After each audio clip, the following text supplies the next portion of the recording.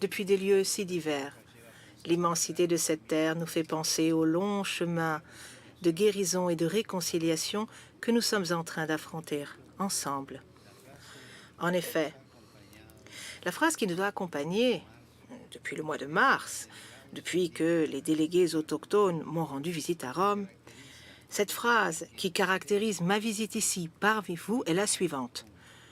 Marcher ensemble. Ensemble.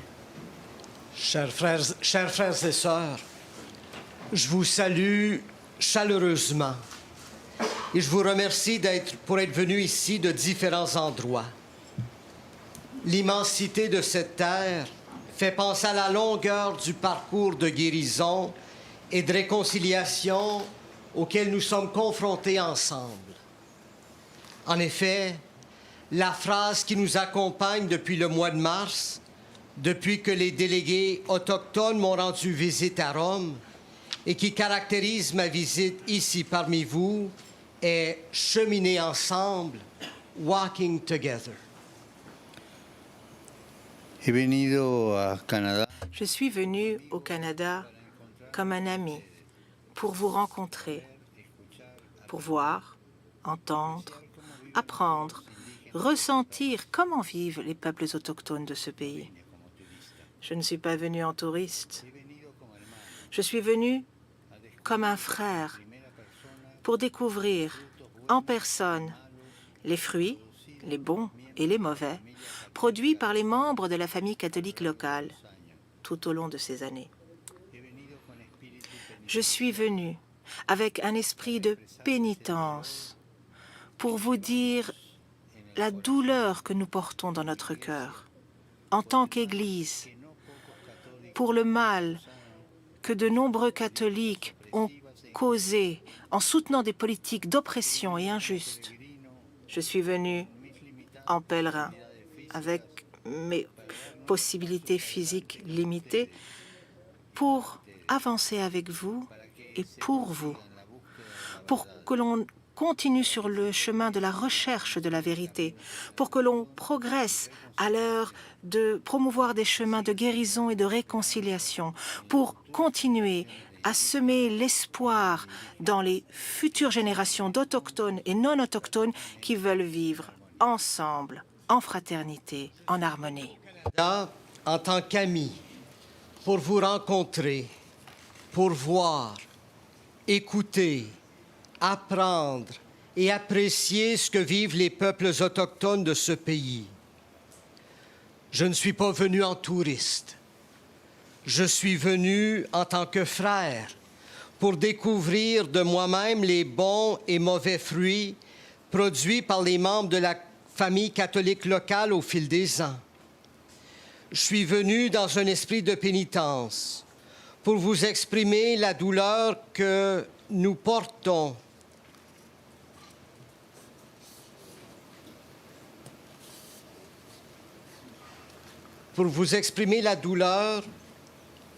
que je porte dans mon cœur et que nous portons comme Église pour le mal qu'un certain nombre de catholiques vous ont causé en soutenant des politiques oppressives et injustes envers vous. Je suis venu comme pèlerin avec mes possibilités physiques limitées pour faire de nouveaux pas en avant avec vous et pour vous, pour poursuivre la recherche de la vérité, pour progresser dans la promotion des parcours de guérison et de réconciliation, pour aller de l'avant en semant l'espérance pour les générations futures d'Autochtones et de non-Autochtones qui souhaitent vivre ensemble fraternellement en harmonie. Mais ce que je voudrais vous dire, alors même que cet intense pèlerinage arrive bientôt à son terme, que certes, je suis venu porteur de ces intentions, mais je rentre chez moi bien plus riche, parce que je porte dans mon cœur ce trésor incomparable, fait de personnes et de peuples qui m'ont marqué, de visages, de sourires, de paroles qui demeureront dans mon cœur, d'histoires et de lieux que je ne pourrai jamais oublier, de sons, de couleurs et d'émotions qui résonnent fortement en moi. presque à la fin de cet intense pèlerinage, que si je suis venu animé de ces désirs, je rentre chez moi beaucoup plus enrichi, car je porte dans mon cœur l'incomparable trésor fait de personnes et de peuples qui m'ont marqué, de visages, de sourires et de paroles qui restent en moi, d'histoires et de lieux que je ne pourrai pas oublier, de sons, de couleurs et d'émotions qui vibrent fortement en moi. Realmente En vérité, je peux le dire, pendant cette visite, ce sont vos réalités, les réalités autochtones de cette terre qui ont visité mon âme, sont entrées en moi et m'accompagneront pour toujours. J'oserais dire, si vous me le permettez, que maintenant, d'une certaine manière, moi aussi, je sens que je fais partie de votre famille et je me sens honorée. Le souvenir de la fête de Sainte-Anne, vécue aux côtés de diverses générations et de tant de familles autochtones, va demeurer indélébile dans mon cœur. Dans un monde qui malheureusement est si souvent individualiste, comme c'est précieux, ce sentiment de familiarité, de communauté qui est tellement sincère parmi vous. Et comme c'est important de bien cultiver le lien entre les jeunes et les aînés, et d'être les gardiens d'une relation saine et harmonieuse avec toute la création. Je peux dire que lorsque je vous ai rendu visible, ce sont vos réalités, les réalités autochtones de cette terre qui ont visité mon âme. Elles sont entrées en moi et m'accompagneront toujours. J'ose dire, si vous me le permettez, que maintenant, d'une certaine manière, je me sens aussi comme un membre de votre famille et j'en suis honoré. Le souvenir de la fête de Sainte-Anne, vécue ensemble avec différentes générations et de nombreuses familles autochtones, restera indélébile dans mon cœur. Dans un monde malheureusement si souvent individualiste, comme il est précieux ce sentiment de familiarité et de communauté qui est si authentique chez vous. Et combien il est important de bien cultiver le lien entre jeunes et personnes âgées et de préserver une relation saine et harmonieuse avec l'ensemble de la création. Queridos amigos, Chers amis, je voudrais confier l'expérience de ces derniers jours et la suite du chemin qui nous attend aux soins attentionnés de ceux et celles qui savent garder ce qui compte dans la vie. Je pense aux femmes et à 3 femmes en particulier. Tout d'abord, à Sainte-Anne, dont j'ai pu sentir la tendresse et la protection en la vénérant aux côtés d'un peuple de Dieu qui reconnaît et honore les grands-mères. Ensuite, je pense à la Sainte Mère de Dieu.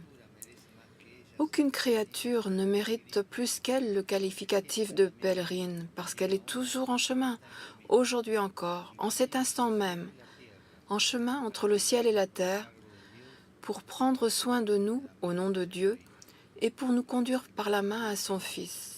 Enfin, ces jours-ci, j'ai souvent consacré mes prières et mes pensées à une 3e femme, dont la douce présence nous a accompagnés et dont les reliques sont conservées non loin d'ici.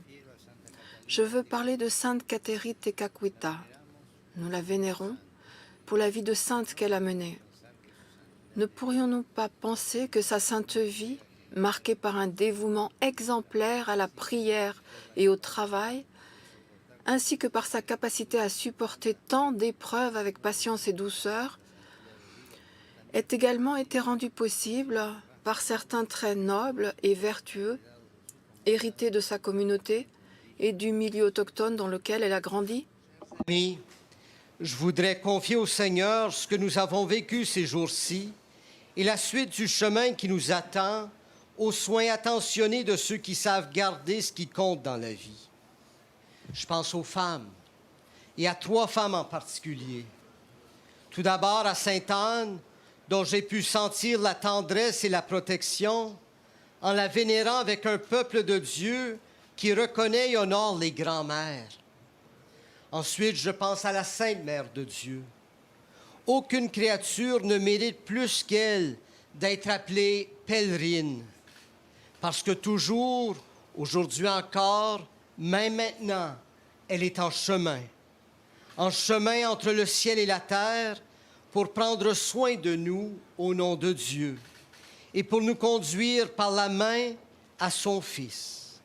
Enfin, ma prière et ma pensée sont souvent allées ces jours-ci vers une 3e femme, à la présence douce qui nous a accompagnés et dont les reliques sont conservées non loin d'ici.